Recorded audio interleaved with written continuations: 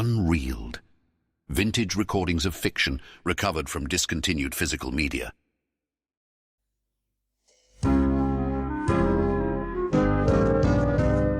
Little Women by Louisa May Alcott.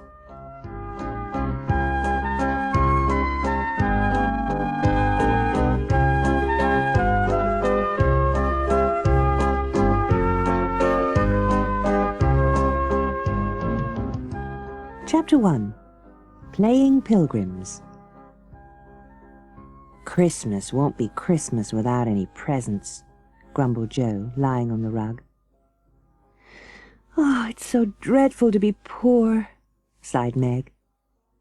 "I don't think it's fair for some girls to have plenty of pretty things and other girls nothing at all," added little Amy. "We've got Father, Mother, and each other," said Beth contentedly from her corner. "You know the reason Mother proposed not having any presents this Christmas was because it's going to be a hard winter for everyone, and she thinks we ought not to spend money for pleasure when our men are suffering in the army." Meg shook her head regretfully. "But I don't think the little we would spend should do any good. We've each got $1, and the army wouldn't be much help by that," said Joe. "Mother didn't say anything about our money, and I'm sure we work hard enough to earn it." "I know I do, teaching those tiresome children all day," said Meg. "You don't have half such a hard time as I do," said Joe. "Shut up with a fussy old lady who's never satisfied." The clock struck 6, and having swept up the hearth, Beth put a pair of slippers down to warm. Meg lit the lamp, Amy got out of the easy chair without being asked, and Joe forgot how tired she was as she held the slippers nearer to the blaze. "They're quite worn out. Marmee must have a new pair." "I tell you what we'll do," cried Beth. "Let's each get her something for Christmas and not get anything for ourselves. We can put them on the table and bring her in and see her open the bundles. Don't you remember how we used to do on our birthdays?" said Joe. "Let Marmee think we're getting things for ourselves and then surprise her. We must go shopping tomorrow afternoon, Meg. Oh, there's so much to do for the play for Christmas night." "I don't mean to act any more after this time," said Meg. "I'm getting too old for such things." "You're the best actress we've got, and there'll be the end of everything if you quit the boards," said Joe. "We ought to rehearse tonight. Come here, Amy, and do the fainting scene. Do it this way, and stagger across the room crying, 'Roderigo, Roderigo, save me!'" Amy followed, but her "Ow!" was more suggestive of pins being run into her than of fear and anguish. Joe gave a despairing groan. "Oh, it's no use. Do the best you can when the time comes, and if the audience laugh, don't blame me." "Glad to find you so merry, my girls," said a cheery voice at the door. "Well, dearies, how have you got on today? I've got a treat for you." "A letter! A letter! 3 cheers for Father!" Beth clapped her hands. "I think it was splendid of Father to go as a chaplain when he was too old to be drafted," said Meg warmly. "When will he come home, Marmee?" asked Beth. "Not for many months yet, dear. Now, come and hear the letter." They all drew near to the fire, and Mrs. March read the letter to them. "Give them all my dear love and a kiss," wrote Mr. March. "I know they will be loving children to you, will do their duty faithfully, and conquer themselves so beautifully that when I come back to them, I may be fonder and prouder than ever of my little women." Chapter 2. A Merry Christmas. Joe was the first to wake in the grey dawn of Christmas morning. "Where's Mother?" asked Meg, as she and Joe began to put the Christmas presents into a basket to be produced at the proper time. "Goodness knows. Some poor creature came a-begging, and your ma went straight off to see what she needed," replied Hannah, who had lived with the family since Meg was born and was considered by them all more a friend than a servant. "Here's Mother! Hide the basket, quick!" cried Joe. A bang of the street door sent the basket under the sofa and the girls to the table, eager for breakfast. "Merry Christmas, Marmee! Many of them!" "Merry Christmas, little daughters. But before we sit down, I want to say one word. There is a poor woman nearby with 6 hungry children and a new baby. They have nothing to eat, and they are cold and hungry. Will you give them your breakfast as a Christmas present?" For a minute, no one spoke. Then Joe exclaimed, "I'm so glad you came before we began." They packed up their breakfast in minutes and set out for the poor woman's house. "If that's loving your neighbour better than ourselves, then I like it," said Meg, later that day as they set out their presents. It wasn't a very splendid show, but Mrs. March was both surprised and touched as she examined her presents. And then it was time for the evening festivities. That night, a dozen girls piled onto the bed, which was the dress circle, and sat before the chintz curtains in a most flattering state of expectancy. There was a good deal of rustling and whispering behind the curtain. A bell sounded, the curtains flew apart, and the operatic tragedy began. Tumultuous applause followed the 5 stirring acts. The excitement had hardly subsided when Hannah appeared. "With Mrs. March's compliments, and would the ladies walk down to supper?" When they saw the table, they looked at one another in rapturous amazement. There was ice cream, and cake, and fruit, and French bonbons, and in the middle of the table 4 great bouquets of hothouse flowers. Quite took their breath away. "Is it fairies?" asked Amy. "It's Santa Claus," said Beth. "Aunt March had a good fit and sent the supper," cried Joe. "All wrong. Old Mr. Lawrence sent it," replied Mrs. March. "Hannah told one of his servants about your breakfast party, and he sent me a note this afternoon saying he hoped I would allow him to express his feelings towards my children by sending them a few trifles in honor of the day." "That boy put it into his head, I know he did," said Joe. "He looks as if he'd like to know us, but Meg is so prim she won't let me speak to him when we pass," said Joe.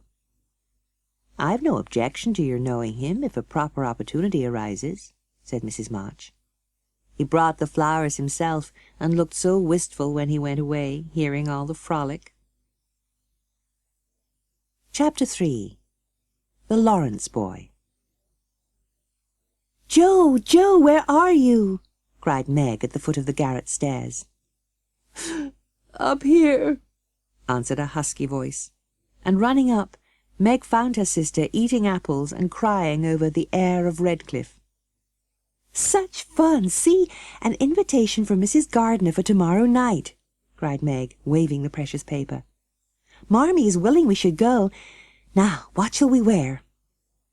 "What's the use of asking that when you know we shall wear our poplins because we haven't got anything else?" answered Joe with her mouth full. "Yours is as good as new, but I've got a burn and the tear in mine. Whatever shall I do?" "You must sit all you can and keep your back out of sight. The front is all right. My gloves will do." "Mine are spoilt with lemonade," said Joe. "I'll have to hold them crumpled up in my hand so no one will see how stained they are." "No, I'll tell you what we can do. We can each wear one good one and carry the bad one." Meg was not enthusiastic about this idea, but gave in and went away to accept with thanks. On New Year's Eve, the 2 older girls were absorbed in the all-important business of getting ready for the party. "Have a good time, dearies," said Mrs. March, as they went daintily down the walk. "Don't eat much supper, and come away at 11 when I send Hannah for you." Mrs. Gardiner greeted them kindly and handed them over to the eldest of her 6 daughters. Meg knew Sally well and was soon enjoying herself. Jo stood about with her back to the wall to hide the burn in her dress, and felt as out of place as a colt in a flower garden. No one came to talk to her, and when she saw a young man approaching her and fearing that he might want to dance with her, she slipped into a curtained recess, only to find herself face to face with the Lawrence boy. In no time at all they were chatting like old friends. Laurie had lived abroad for some years, and was in the middle of an account of a students' festival in Heidelberg when Meg appeared. She beckoned Joe over and whispered that she had sprained her ankle. Laurie came up and offered them the use of his grandfather's carriage, which had just come for him. And so they rolled away in the luxurious carriage, feeling very festive and elegant. Chapter 4. Burdens. "Oh dear," sighed Meg the morning after the party. "How hard it seems to jog on. I wish it was Christmas or New Year all the time. Wouldn't it be fun?" answered Joe, yawning dismally.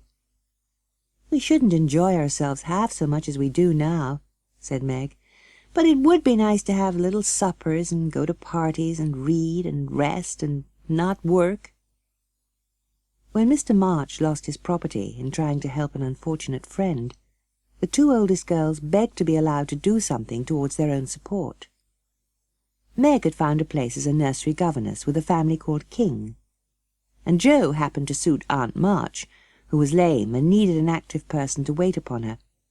It didn't suit Joe at all, but she accepted the place since nothing better appeared, and to everyone's surprise got on very well with her irascible relative.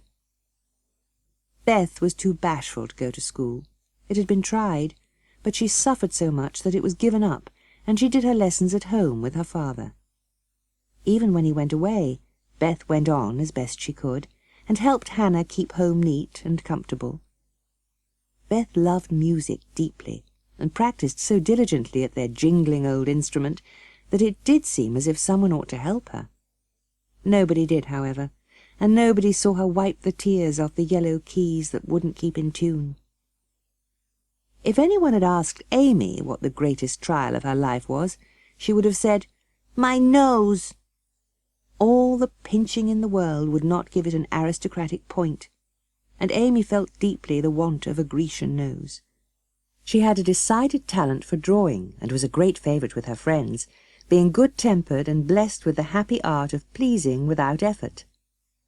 Amy was in a fair way to be spoiled, for everyone petted her, and her small vanities and selfishnesses were growing nicely. Meg was Amy's confidant and monitor, and by some strange attraction of opposites, Joe was gentle Beth's. To Joe alone did the shy child tell her thoughts, and over her big harum-scarum sister Beth exercised more influence than anyone in the family. Chapter 5. Being Neighbourly. "What in the world are you going to do now, Joe?" asked Meg one snowy afternoon as her sister came tramping through the hall in rubber boots, old sack and hood, with a broom in one hand, a shovel in the other. "Going out for exercise," answered Joe with a mischievous twinkle in her eyes. Meg went back to toast her feet and read Ivanhoe. Joe began to dig paths with great energy. The snow was light, and she soon swept a path all round the garden for Beth to walk in when the sun came out. The garden separated the Marches' house from that of Mr. Lawrence. To Joe's lively fancy, this fine house seemed a kind of enchanted palace, full of splendours and delights which no one enjoyed. She had long wanted to behold these hidden glories, and since the party she had been more eager than ever to know the Lawrence boy. "That boy is suffering the lack of society and fun," she said to herself. "I've a great good mind to go over and tell the old gentleman so." And when the snowy afternoon came, Joe resolved to try what could be done. She saw Mr. Lawrence drive off and sallied out to dig her way to the hedge, where she paused and took a survey. There was nothing human visible but a curly black head at the upper window. "There he is," thought Joe. "I'll toss up a snowball and make him look out." The head turned at once. Joe laughed and flourished her broom as she called out, "How do you do? Are you sick?" Laurie opened the window. "Better, thank you. I've had a bad cold and been shut up all week." "Have someone come and see you then. Isn't there some nice girl who'd read and amuse you?" "Will you come, please?" cried Laurie. "If Mother will let me, I'll go ask her."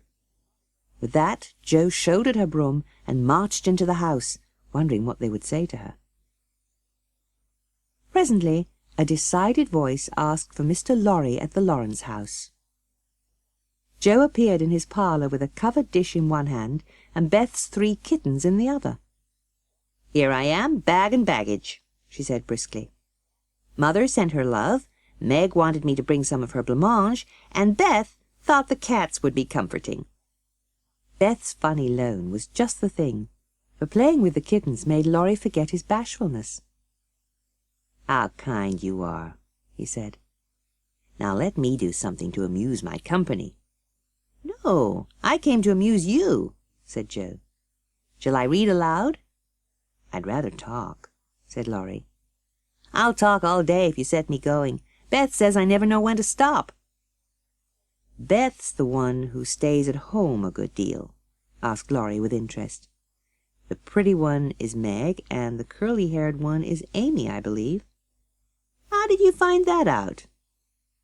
Laurie coloured up, but answered, "When I'm alone here, I can't help looking over at your house, and you always seem to have such a good time.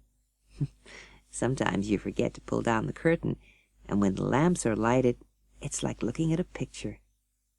Your mother's face looks so sweet behind the flowers. I haven't got a mother, you know."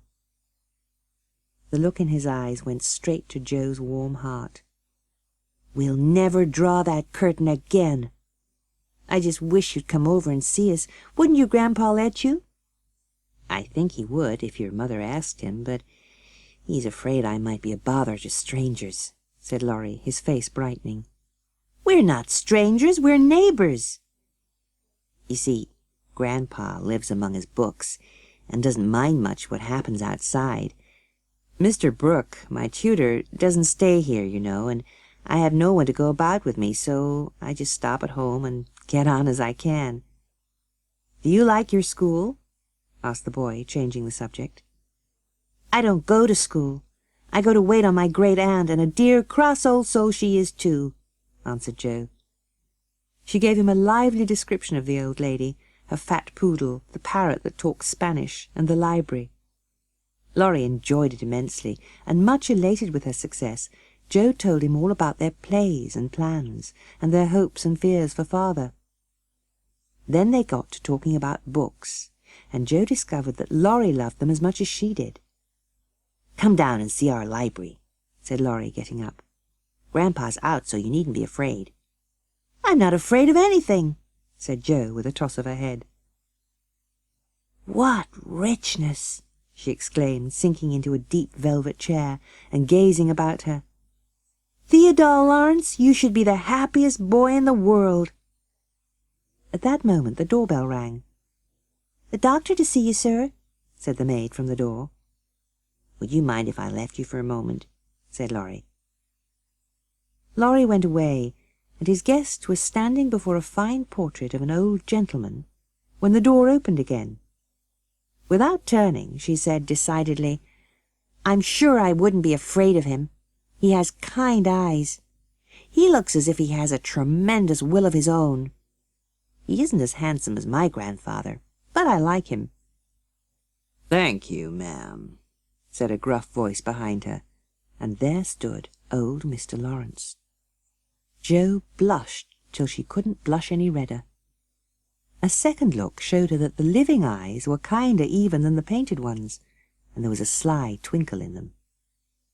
"So you're not afraid of me, and you don't think me as handsome as your grandfather?" "Not quite, sir." "And I've got a tremendous will, have I?" I only said I thought so." "But you like me in spite of it?" "Yes, I do, sir." The old gentleman gave a short laugh. "You've got your grandfather's spirit.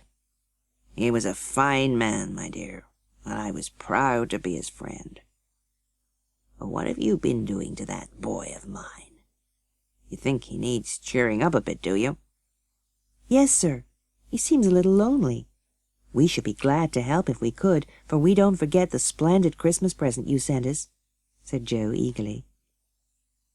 "How is the poor woman?" asked the old gentleman. "Doing nicely, sir." And Joe launched into the story of the Hummels. "I shall come and see your mother some fine day. Oh, there's the tea-bell. Come down and go on being neighbourly." Mr. Lawrence offered his arm with old-fashioned courtesy. The old gentleman didn't say much, but he watched the young people, who chatted away like old friends. "She's right. The lad is lonely. I'll see what these little girls can do for him," thought Mr. Lawrence. Before she left, Laurie took her into the conservatory and cut a bunch of the finest flowers. "Please give these to your mother," he said. They found Mr. Lawrence standing before the fire in the drawing-room, and Joe's attention was caught by the wonderful grand piano. "Do you play?" she asked Laurie. "Sometimes," he said. He played remarkably well, and Joe wished that Beth could hear him. She praised him till he was quite abashed, and his grandfather cut her short, saying, "His music isn't bad, but I hope he'll do as well in more important things." He shook hands kindly, but looked as if something didn't please him. "Mother, why didn't Mr. Lawrence like to have Laurie play?" asked Joe when she was at home that evening. "I'm not sure, but I think it was because Laurie's father married an Italian lady musician, which displeased the old man," said Mrs. March. "He never saw his son after the marriage. They both died when Laurie was little, and the old man took him in. Laurie comes naturally by his love of music, but I dare say his grandfather doesn't want him to be a musician." "Dear me, how romantic!" exclaimed Meg. "How silly," said Joe. "Why not let him be a musician if he wants to?" Chapter 6. Beth Finds the Palace Beautiful. The big house did prove a palace beautiful, and after old Mr. Lawrence had called and talked over old times with their mother, nobody felt afraid of him, except timid Beth. Though she yearned for the grand piano, Beth could not pluck up courage to go to the mansion of bliss, as Meg called it. She went once with Joe, but the old gentleman had frightened her so much she ran away. No inducements could overcome her fears, until one day, overhearing Mr. Lawrence talk to her mother about music and the singers he had heard, Beth found it impossible to stay in her corner. Taking no notice of her, Mr. Lawrence talked on and said, "The piano suffers for want of use. Wouldn't some of your girls like to run over and practice on it now and again? They needn't think they would disturb anyone. I'm shut away in my study at the other end of the house, and Laurie's out a great deal. Please tell the young ladies what I say, if they care to come across." Beth made up her mind to speak, and slipped her hand into his. "Oh, sir, they do care, very, very much. I'll come if you are quite sure nobody will hear me and be disturbed." Next day Beth made her way to the drawing-room. Quite by accident, of course, some pretty, easy music lay on the piano, and with trembling fingers Beth at last touched the great instrument. After that she slipped across almost every day. She never knew that Mr. Lawrence often opened his door to listen to her, and she never saw Laurie keeping the servants away. Beth decided that she wanted to thank Mr. Lawrence by making him a pair of embroidered slippers, and her mother happily agreed. With Laurie's help, she got them smuggled onto the table in his study one morning, before the old gentleman was up.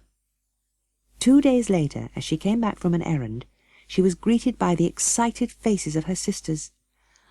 "Oh, Beth, he sent you—" began Amy. Her sisters hustled her into the parlour, all saying at once, "Look, there!" Beth turned pale with delight, for there stood a little cabinet piano with a letter addressed to Miss Elizabeth March, thanking her for the slippers and asking her to accept something "which once belonged to the little granddaughter I lost." "Try it, honey. Let's hear the sound of the baby piano," said Hannah, who always took a share in the family joys and sorrows. "You'll have to go and thank him," said Joe jokingly. "Yes, I mean to go now, before I get frightened and change my mind," said Beth. She knocked at the study door, and when a gruff voice called out, "Come in," she went right up to Mr. Lawrence and said, "I came to thank you, sir." But he looked so friendly that she forgot her speech, and remembering the little granddaughter he had lost, she put both arms round his neck and kissed him. Beth ceased to fear him from that moment on. Chapter 7. Joe Meets Apollyon. "Girls, where are you going?" asked Amy. "Never mind," said Joe sharply. "Little girls shouldn't ask questions." "You're going somewhere with Laurie, I know you are. You're going to the hall to see the 7 castles. I shall go. Mother said I might see it. It was mean not to tell me in time." "Just listen a minute," said Meg soothingly. "You can go with Beth and Hannah next week." "I won't like that half as well as going with you and Laurie," pleaded Amy. "If she goes, I shan't. And if I don't, Laurie won't like it," said Joe crossly. "It'll be very rude to drag in Amy after he invited only us. I should think she would hate to poke herself in where she isn't wanted." Amy began to cry. But Laurie called from below, and the 2 sisters hurried down. Just as they set off, Amy called over the banisters, "You'll be sorry for this, Joe March." "Fiddlesticks!" exclaimed Joe, banging the door shut. When they got home, Amy was reading quietly in the parlour, and Joe decided that Amy had forgiven and forgotten her wrongs. But next day, Joe burst into the room demanding, "Has anyone taken my book?" Meg and Beth said no at once, but Amy poked the fire and avoided looking at Joe. Joe was convinced Amy had the book, even though she denied it. "You know something about it, and you'd better tell me," said Joe, shaking her till her teeth rattled. "Scold as much as you like. You'll never see it again," said Amy. "I burnt it." Joe went pale. "You wicked, wicked girl! I'll never forgive you as long as I live." When Mrs. March returned home and heard the full story, she soon made Amy realize how she had wronged her sister and persuaded her to apologize to Joe. But Joe would not forgive her. "Don't let the sun go down on your anger," her mother said. But Joe couldn't quite bring herself to forgive her sister yet, and marched off to bed. The next day, Joe still looked like a thundercloud and felt miserable. "I know," she said to herself. "I'll ask Laurie to go skating. That'll put me to rights." Amy heard the clash of skates. "Joe promised me she would take me the next time," she cried. "Go after them," said Meg. "She's finding it hard to forgive the loss of her book, but just kiss her or do some kind thing, and I'm sure she'll be friends again." Amy ran after Joe and Laurie. Laurie was skating along the shore, sounding the ice. "I'll go and see if it's all right before we begin to race," Amy heard him say as he shot away. Joe heard Amy, but never turned. As Laurie skated round the corner, he called back, "Keep near the shore. It isn't safe in the middle." Joe heard, but Amy didn't. Joe glanced over her shoulder, but thought, "I don't care if she heard or not. Let her take care of herself." Joe was just at the turn when something made her look back. She saw Amy skating towards the middle of the river. There was a sudden crack, and Amy went down. Something rushed by her, and Laurie said, "Bring a rail. Quick, quick!" Joe worked as if possessed.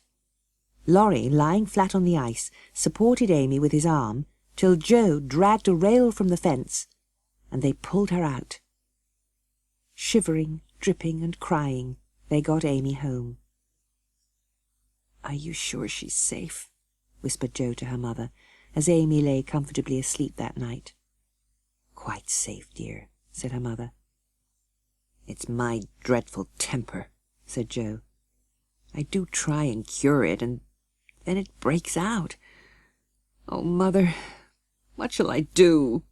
cried poor Jo in despair. "You think your temper is the worst in the world," said Mrs. March, "but mine used to be just like it." "Yours, mother? Why, you're never angry." "I've been trying to cure it for 40 years, and have only succeeded in controlling it." The patience and humility of the face she loved was a better lesson to Jo than the wisest lecture. "I'll try, mother, I really will. I let the sun go down on my anger, and if it hadn't been for Laurie today, it might have been too late. How could I be so wicked?" As if she heard, Amy opened her eyes and held out her hand. Neither said a word, but they hugged one another close, and everything was forgiven and forgotten. Chapter 8. The P.C. and P.O. As spring came on, a new set of amusements became the fashion, and the lengthening days gave long afternoons of work and play of all sorts. Gardening, walks, rows on the river, and flower hunts employed the fine days, and for rainy ones they had house diversions. One of these was the P.C. As secret societies were the fashion, it was thought proper to have one, and as all the girls admired Dickens, they called themselves the Pickwick Club. They met every Saturday evening in the big garret. 3 chairs were arranged in a row before a table on which was a lamp, 4 white badges with a big P.C. in different colours, and a weekly newspaper called the Pickwick Portfolio, to which all contributed, but of which Jo was the editor. At 7 o'clock they took their seats. Meg was Samuel Pickwick, Jo Augustus Snodgrass, Beth Tracy Tupman, and Amy Nathaniel Winkle. Pickwick, the president, read the paper, which was filled with stories, poems, local news, funny hints, and advertisements. One evening, as the president finished reading the paper, Mr. Snodgrass rose to make a proposition. "Mr. President and gentlemen," he began, "I wish to propose the admission of a new member, one who would add immensely to the spirit of the club, Mr. Theodore Lawrence." "We'll put it to the vote," said the president. "All in favour, say aye." A loud response from Snodgrass, followed by a more timid one from Beth. "Contrary-minded, say no." Meg and Amy were contrary-minded, and Mr. Winkle rose to say, "This is a ladies' club. We don't wish any boys." Up rose Snodgrass. "Sir, Laurie will give tone to our contributions and keep us from being sentimental. He does so much for us, I think the least we can do is offer him a place and make him welcome." "Yes, we ought to do it," cried Tupman. "And his grandpa, too, if he likes." This spirited outburst from Beth electrified the club, who immediately voted in favour of the new member, at which Jo opened the door of the closet to reveal Laurie sitting on the floor. The new member was equal to the occasion, however.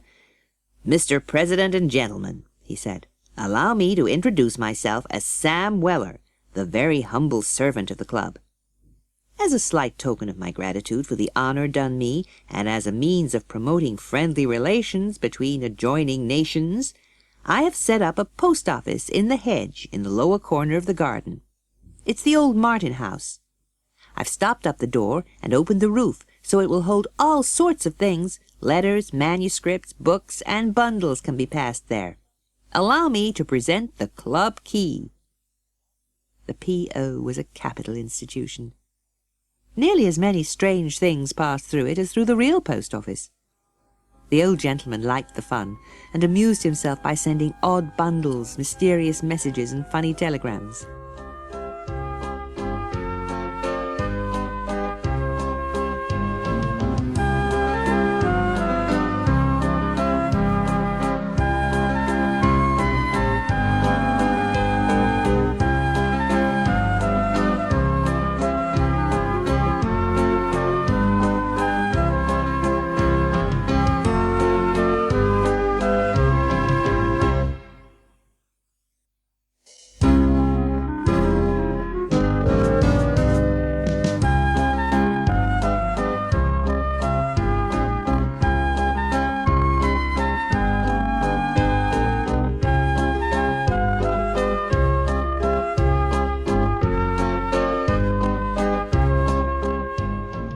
Chapter 10.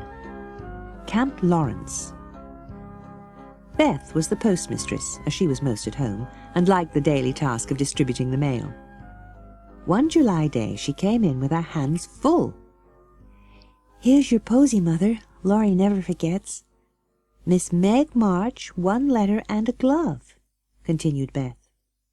"Why, I left a pair over there, and here is only 1, said Meg, looking at the grey cotton glove. "My letter is only a translation of the German song I wanted. I think Mr. Brooke did it, for this isn't Laurie's writing." Mrs. March glanced at Meg, who was looking very pretty and very womanly, so unconscious of the thought in her mother's mind as she sewed and sang. "2 letters for Joe, a book and a funny old hat which covered the whole post office," said Beth, laughing. "I said to Laurie I wished bigger hats were in fashion because I burn my nose every hot day, and he sent me this to try." One of her letters was from her mother, praising her for her efforts to control her temper. The other was from Laurie, inviting them to spend the day with him the following day, when he was entertaining some English friends to a picnic. Joe flew to tell the news to the others. "Of course we can go, Mother. It'll be such a help to Laurie. I know there are 4 of them. There's Kate, who's older than Meg, Fred and Frank, twins of about my age, and Grace, who's 9 or 10. Laurie knew them abroad and liked the boys, though I fancy he didn't admire Kate much. He says Mr. Brooke will go to steady the boys, and Kate will act as chaperone for the girls." It was a beautiful morning, and soon a lively bustle began in both houses. Beth, who was ready first, kept reporting what went on next door by frequent telegrams from the window. "There goes the man with the tent. And there's Laurie. Oh, mercy me, here's a carriage full of people. A tall lady, a little girl, and 2 boys. Oh, be quick, girls, it's getting late." "Am I all right, Joe?" cried Meg in a flutter. "A regular daisy," said Joe. "Now then, come on." "Joe, you're not going to wear that awful hat," said Meg. Joe had tied down the big broad-brimmed hat with a red ribbon. "I just will, though. It's capital. Shady, light, and big." With that, Joe marched away. Laurie ran to meet them and present them to his friends. Meg was grateful to see that Miss Kate, though 20, was dressed with delightful simplicity, though Joe thought she had a rather stand-offish air. The tents, lunch, and croquet equipment had been sent on ahead, so the party embarked in 2 boats. Laurie and Joe rowed one, Mr. Brooke and Ned Moffat the other. Joe's funny hat was a great icebreaker, though Kate looked rather amazed at Joe's proceedings, especially when she exclaimed, "Christopher Columbus!" when she lost an oar, but after examining her several times, Miss Kate decided she was odd but rather clever, and smiled on her from afar. Meg, in the other boat, was delightfully situated face to face with the rowers. Mr. Brooke was a grave, silent young man, with handsome brown eyes and a pleasant voice. He never talked to her much, but he looked at her a great deal, and she felt sure he did not regard her with aversion. It was not far to Longmeadow. "Welcome to Camp Lawrence," said the young host as they landed with exclamations of delight. "Brooke is Commander-in-Chief. I'm Commissary General. The other fellows are staff officers, and you ladies are company. The tent is for your especial benefit. Now, let's have a game before it's too hot, and then we'll see about dinner."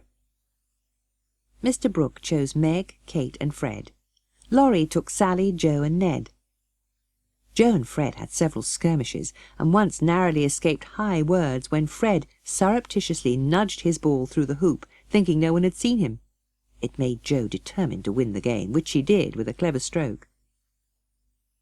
"Time for lunch," called Mr. Brooke, looking at his watch. "Commissary General, will you make the fire and get water, while Miss March, Miss Sally, and I spread the table?" The Commander-in-Chief and his aides soon had the table laid with an inviting range of food and drink. "What shall we do when we can't eat any more?" said Laurie, feeling that his trump card had been played when lunch was over. "Have games till it's cooler," said Joe. "I brought authors. And I dare say Miss Kate knows something new and nice. Go and ask her. She's company, and you ought to stay with her more. Aren't you company, too? I thought she'd suit Brooke, but he keeps talking to Meg, and Kate just stares at them through that glass of hers. Miss Kate did know several new games, and as the girls would not and the boys could not eat any more, they adjourned to play rigmarole. One person begins a story, any nonsense you like, and stops short at some exciting point, when the next takes it up and does the same. It's very funny when it is well done. Please start it, Mr. Brooke, said Miss Kate with a commanding air which rather surprised Meg. Lying on the grass at the feet of the two young ladies, Mr. Brooke obediently began the story. They enjoyed the silliness enormously. The younger members of the party then embarked on a game of authors, while the three elders sat apart talking. Miss Kate continued her sketch, and Meg watched her, while Mr. Brooke lay on the grass with a book he did not read. "How beautifully you do it! I wish I could draw," said Meg. "Why don't you learn? I should think you have the talent for it," said Miss Kate graciously. "Can't you take a few lessons with your governess?" "I don't have one," replied Meg. "I'm a governess myself." "Oh, indeed," said Miss Kate, but she might just as well have said, "Dear me, how dreadful." Mr. Brooke looked up and said quickly, "Young ladies in America love independence as much as their ancestors did, and are admired and respected for supporting themselves." "Oh, yes, of course. It's very nice and proper for them to do so," said Miss Kate in a patronizing tone. Miss Kate shut her sketch-book and got to her feet. "I must look after Grace," she said, strolling away. "She's romping." "I forgot that English people rather turn up their noses at governesses and don't treat them as we do," said Meg, looking after her with an annoyed expression. "Tutors also have a hard time of it there, as I know to my sorrow. There's no place like America for us workers, Miss Margaret," said Mr. Brooke, looking so contented and cheerful that Meg was ashamed to lament her hard lot. "I wish I liked teaching as you do." "You would if you had Laurie for a pupil." "I should be sorry to lose him next year." "Going to college, I suppose?" "Yes, he's ready, and as soon as he is off I shall turn soldier." "I'm glad of that," exclaimed Meg, "though it is hard for the mothers and sisters who stay at home." "I have neither, and very few friends to care whether I live or die," said Mr. Brooke rather bitterly. "Laurie and his grandfather would care a great deal, and so should we," said Meg heartily. Before Mr. Brooke could respond, the rest of the party came back to join them. At sunset the tent was struck, and the whole party floated down the river, singing at the tops of their voices. Chapter 11. Secrets. Jo was in the garret. She scribbled away till the last page was filled, when she signed her name with a flourish and threw down her pen, exclaiming, "There, I've done my best."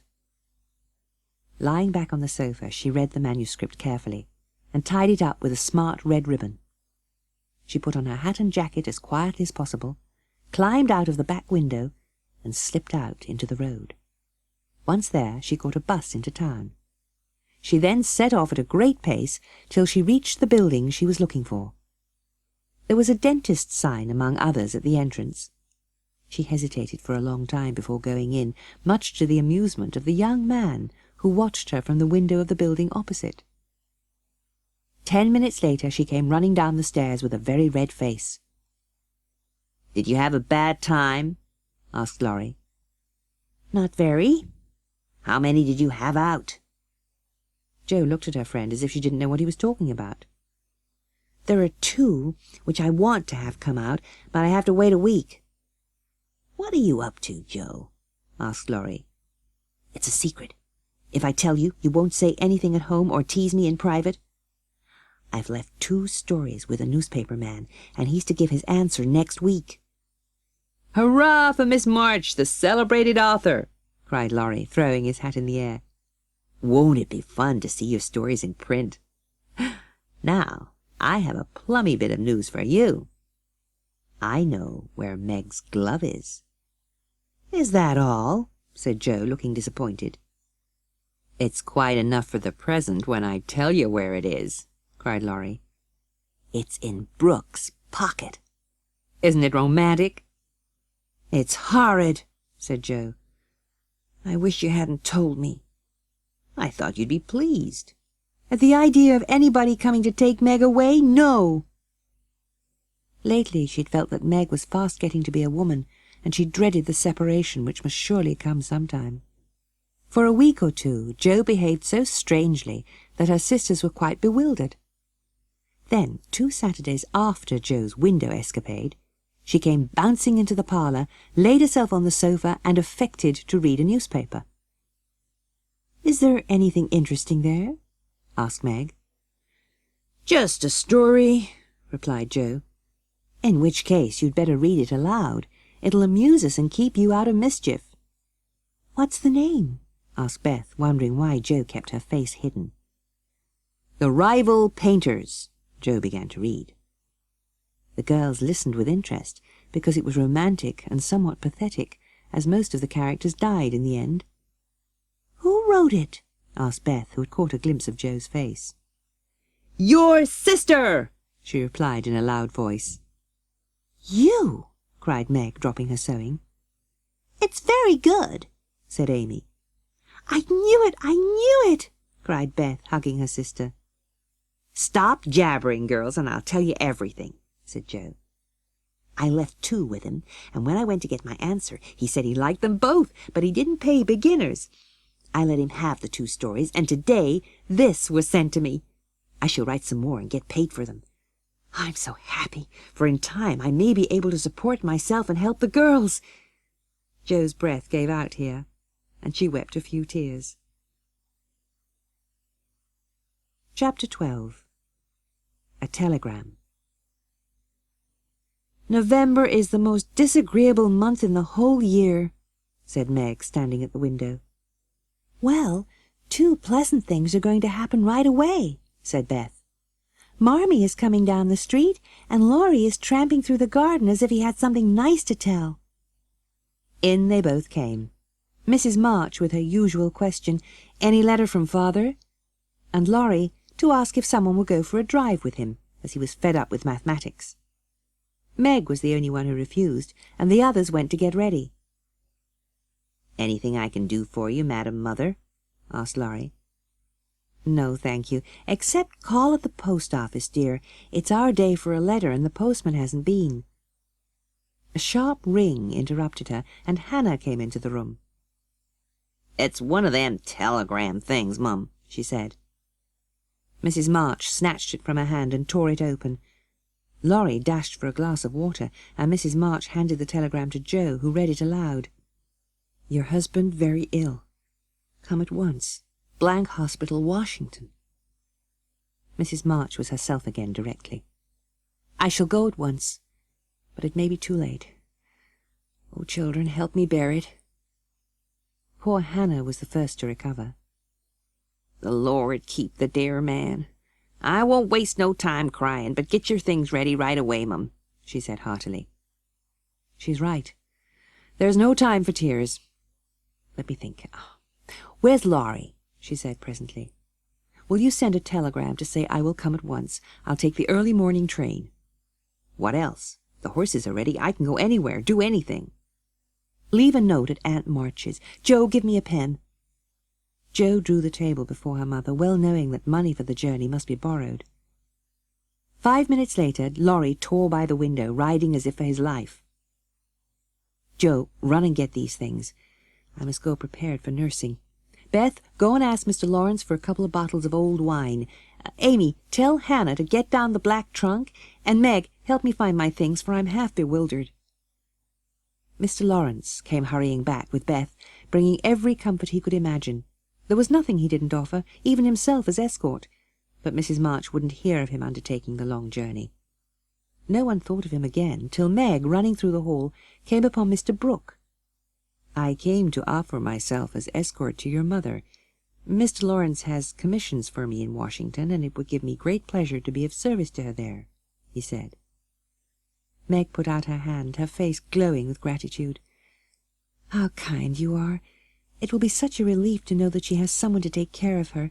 Thank you very much." Everything was arranged by the time Laurie returned from Aunt March with the desired sum. The short afternoon wore away, but still Jo did not return.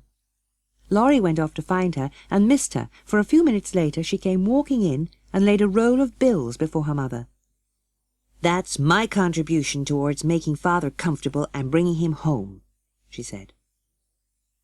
$25? Jo, I hope you haven't done anything rash." "No, I only sold what is my own." As she spoke, Jo took off her bonnet. "Your beautiful hair! Oh, Jo, how could you? You're one beauty!" Jo assumed an indifferent air. "The barber said I should soon have a curly crop again, so please take the money." "What made you do it?" asked Amy. "Well, I was wild to do something for Father," replied Jo as they settled round the table. "Didn't you feel dreadful when the first cut came?" asked Meg. "I will confess I felt queer when I saw my hair laid out on the table. But the crop is so comfortable I don't think I'll ever have a mane again." No one wanted to go to bed, but at 10 o'clock Mrs. March put by the last job and said, "Go to bed, for we must be up early and need all the sleep we can get. Good night, my darlings." Chapter 13. Letters. In the cold grey dawn the sisters lit their lamp, and as they dressed they agreed to say good-bye cheerfully and hopefully. Nobody talked much, but as they sat waiting for the carriage, Mrs. March said, "Children, I leave you to Hannah's care and Mr. Lawrence's protection. Hannah is faithfulness itself, and our good neighbour will guard you as if you were his own. Don't grieve and fret while I am gone. Hope and keep busy." The rattle of the approaching carriage made them all start and listen. Mr. Lawrence and Laurie came over to see her off, and Mr. Brooke looked so strong, sensible, and kind. "Good-bye, my darlings. God bless and keep us all," whispered Mrs. March, and hurried into the carriage. "I feel as if there's been an earthquake," said Jo, as their neighbours left them. "It seems as if half the house has gone," added Meg forlornly. Hannah came to the rescue, armed with a coffee-pot. "Now, my dear young ladies, remember what your ma said and don't fret.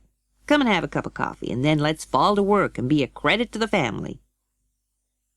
Jo went off to Aunt March as usual, and Meg to the Kings. "Beth and I can keep house perfectly well," said Amy with an important air. The girls couldn't help laughing, and felt the better for it. News of their father comforted the girls very much. Mr. Brooke sent a bulletin every day, which grew more and more cheering as the week passed. Everyone was eager to write, and Mr. Lawrence sent his own notes of comfort to Mrs. March. "The little girls are all well. Beth and my boy report daily. Hannah is a model servant and guards pretty Meg like a dragon. Pray make Brooke useful, and draw on me for funds if expenses exceed your estimate. Thank God he is mending. James Lawrence." Chapter 14. Little Faithful. For a week the amount of virtue in the old house would have supplied the neighbourhood. But Jo caught a cold. Amy found housework interfered with her art, and Meg spent so long writing letters or reading the Washington dispatches that only Beth kept on doing her duties faithfully each day. All the time her mother had been away, Beth had carried on visiting the Hummels, but the baby was sick and she was very worried. One day she was feeling wretched and tried to get one of her sisters to go in her place, but they all had other things to do, and so she went herself. It was late when she came back, and when Jo saw her she was horrified. "Christopher Columbus!" she cried. "What's the matter?" Beth explained that the baby had died, and the doctor said it was scarlet fever. He told Beth to go home immediately and take some belladonna. "Oh, Beth, if you should be sick, I never could forgive myself," cried Joe. "I'll call Hannah. She knows all about sickness." They decided to call the doctor immediately, and as Amy was the only one of them not to have had scarlet fever, they sent her, protesting, to stay with Aunt March. Chapter 15. Dark Days. Beth had the fever, and was much sicker than anyone but Hannah and the doctor suspected. The 1st of December was a wintry day. A bitter wind blew and snow fell, and when Dr. Bangs came that morning, he looked long at Beth, held the hot hand in his for a minute, and said, "If Mrs. March can leave her husband, she'd better be sent for." Hannah nodded without speaking, and Joe snatched up a telegram and rushed out into the storm. She was soon back, and as she took off her cloak, Laurie came in with a letter. Her face was so full of misery that Laurie asked quickly, "Is Beth worse?" "I've sent for Mother," said Joe. "The doctor told us to." "Oh, Joe, it's not so bad as that," cried Laurie with a startled face. "Yes, it is. "She doesn't know us. She doesn't look like my Beth, and there's nobody to help us bear it." Joe burst into floods of tears. Laurie longed to say something comforting, but no fitting words came to him, so he stood silently, stroking her bent head. Soon Joe's tears were over, and she looked up at him with a grateful face. "Thank you, Teddy. I'm better now. How can I ever pay you?" "I'll send in my bill by and by. And tonight I'll give you something that will warm the cockles of your heart. I telegraphed your mother yesterday, and Brooke answered that she would come at once. Aren't you glad I did it?" Joe threw her arms round his neck. "Oh, Laurie! Oh, Mother! I'm so glad." Laurie settled the tie round his neck. "You see, I got fidgety, and so did Grandpa. The late train will be in at 2 a.m. I shall go for her, and you only have to keep Beth quiet until she gets here." Joe ran to tell Hannah the good news.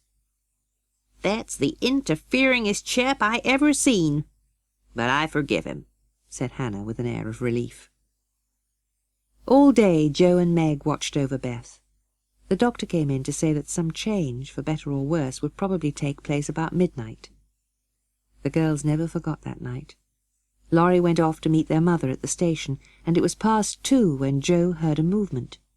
She was back by the bed in an instant. As if waked by the stir, Hannah started out of her sleep, looked at Beth, felt her brow, and said under her breath, "The fever's broken. Praise be given. She's sleeping natural." Before the girls could believe the happy truth, the doctor came to confirm it. Never had the sun risen so beautifully, and never had the world seemed so lovely as it did that morning to Meg and Joe. "Hark!" said Joe, starting to her feet. There was the sound of bells at the door, and Laurie's voice saying in a joyful whisper, "Girls, she's come." Chapter 16. Confidential. I don't think I have any words in which to tell the meeting of the mother and daughters. Hannah dished up an astonishing breakfast, finding it impossible to vent her excitement in any other way, while Meg and Joe listened to their mother's account of their father and Mr. Brooks' promise to stay and nurse him. Laurie, meanwhile, rode over to Aunt March's to tell Amy that Mrs. March had returned. Beth was on the road to recovery, and that she would be able to return home very soon. That evening, while Meg was writing to her father to report the safe arrival of Mrs. March, Joe slipped upstairs to talk privately to her mother. "I want to tell you something," she said. "About Meg?" her mother responded. Joe settled herself at her mother's feet and began, "Last summer, Meg left a pair of gloves at the Lawrences', and only one was returned. Laurie told me that Mr. Brooke had it, and he kept it in his pocket. Laurie says he teased Brooke about it, and he owned that he liked Meg, but didn't dare say so, because she's so young and he was so poor." "Do you think Meg cares for him?" asked Mrs. March. "I don't know," replied Joe. "Then you fancy that Meg isn't interested in John?" "Who?" cried Joe. "Mr. Brooke. I call him John now. He was so devoted to Father, and we couldn't help getting fond of him. He was perfectly open and honourable about Meg. He's a truly excellent young man, and we couldn't refuse to listen to him. When John comes back, and I can see them together, I can judge Meg's feelings towards him better. Joe, please don't say anything to Meg yet. She'll see his in those handsome eyes she talks about, and Brooke will scratch up a fortune somehow, carry her off and make a hole in the family, and I shall break my heart. It's natural and right that you should all go to homes of your own eventually, said her mother gently. But your father and I have agreed that Meg shall not bind herself in any way, nor be married before 20. Just then Meg crept into the room with the finished letter to her father in her hand to show her mother. Please add that I send my love to John, said Mrs. March as she glanced over the letter. Do you call him John? Asked Meg, smiling. Yes, he's been like a son to us, and we're very fond of him, replied Mrs. March, with a keen look at her eldest daughter. I'm glad of that. He's so lonely. Good night, Mother dear, was Meg's quiet answer. Chapter 17. Pleasant Meadows. In the weeks that followed, the invalids improved rapidly, and Mr. March began to talk about returning in the new year. Several days of unusually fine weather ushered in a splendid Christmas day, and Joe and Laurie excelled themselves with a wonderful snow maiden in the garden. I am so full of happiness that if Father was only here, I couldn't hold one drop more, said Beth as Joe carried her into the study to rest. Now and then, in this workaday world, things do happen in the delightful storybook fashion, and at that moment Laurie popped his head in. His face was so full of excitement that everyone jumped up when he said in a breathless voice, "Here's another Christmas present for the March family!" And in his place appeared a tall man, muffled up to the eyes, leaning on the arm of another tall man. Mr. March became invisible in the embrace of 4 loving pairs of arms and the cries of delight of his daughters. "Hush, remember Beth," said Mrs. March. But it was too late. The study door flew open, and Beth ran straight into her father's arms. Mrs. March began to thank Mr. Brooke for his care of her husband, at which Mr. Brooke suddenly remembered that Mr. March needed rest, and he and Laurie precipitately retired. There never was such a Christmas dinner as there was later that day. The turkey was a sight to behold, as were the plum pudding and the jellies. Mr. Lawrence and his grandson dined with them, as did Mr. Brooke, much to Joe's chagrin. Chapter 18. Aunt March Settles the Question.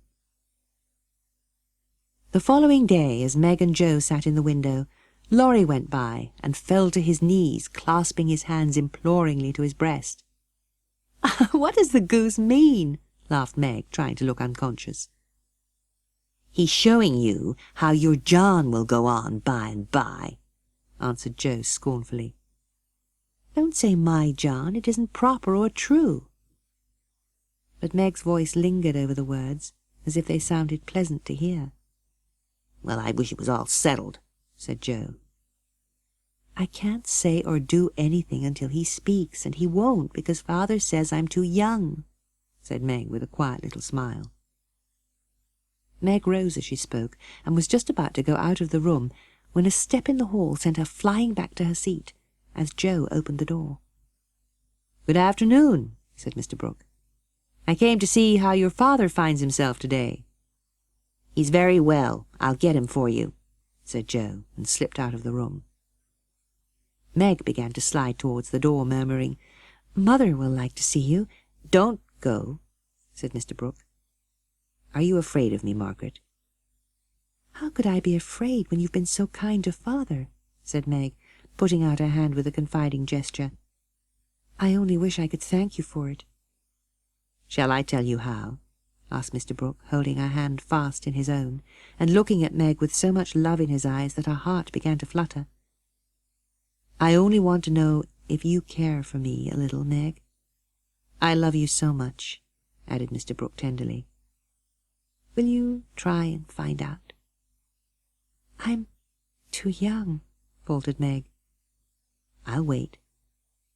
But in the meantime, Could you be learning to like me? If I chose to learn, but please choose to learn, Meg.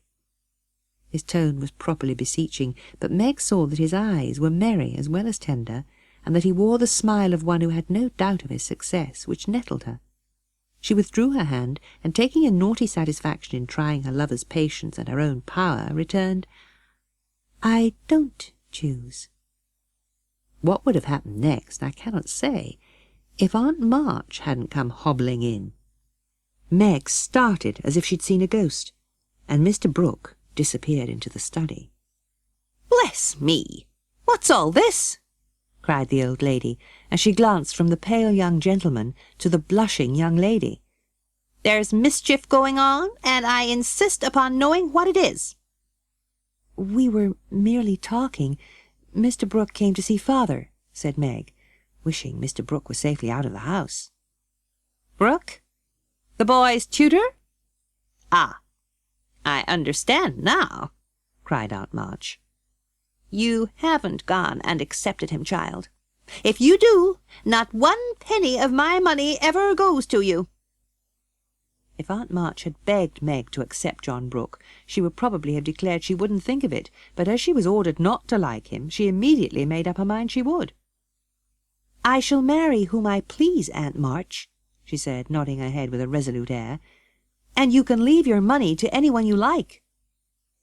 "So you intend to marry a man without money, position, or business, and go on working harder than you do now? I thought you had more sense, Meg." "I couldn't do better if I waited half my life," retorted Meg. "John is good and wise. He's got talent, he's willing to work, and sure to get on, he's so energetic and brave. I'm proud to think he cares for me." "He knows you have rich relations, child. That's the reason for his liking, I suspect," said Aunt March. "Aunt March, how dare you say such a thing? My John wouldn't marry for money any more than I would." Meg stopped there, remembering that she hadn't made up her mind, and that he might be overhearing her inconsistent remarks. Aunt March was very angry. "Well, I wash my hands of the whole affair," she said, and slamming the door in Meg's face, drove off in high dudgeon. Mr. Brooke immediately reappeared. "I couldn't help hearing, Meg. Thank you for proving that you do care for me a little bit." "I didn't know how much till she abused you," began Meg. "And I may stay and be happy, may I, dear?" "Yes, John," Meg whispered meekly, hiding her face in Mr. Brooke's waistcoat. Nobody ever knew what went on in the parlour that afternoon, but a great deal of talking was done, and Mr. Brooke proudly took Meg in to supper, both looking so happy that Joe hadn't the heart to be jealous or dismal. After supper, Laurie arrived bearing a great bridal-looking bouquet for Mrs. John Brooke. "I knew Brooke would have it all his own way," he said. "When he makes up his mind to accomplish anything, it's done though the sky falls." "You don't look festive. What's the matter?" continued Laurie, following Joe into a corner of the parlour. "It can never be the same again," said Joe. "I've lost my best friend."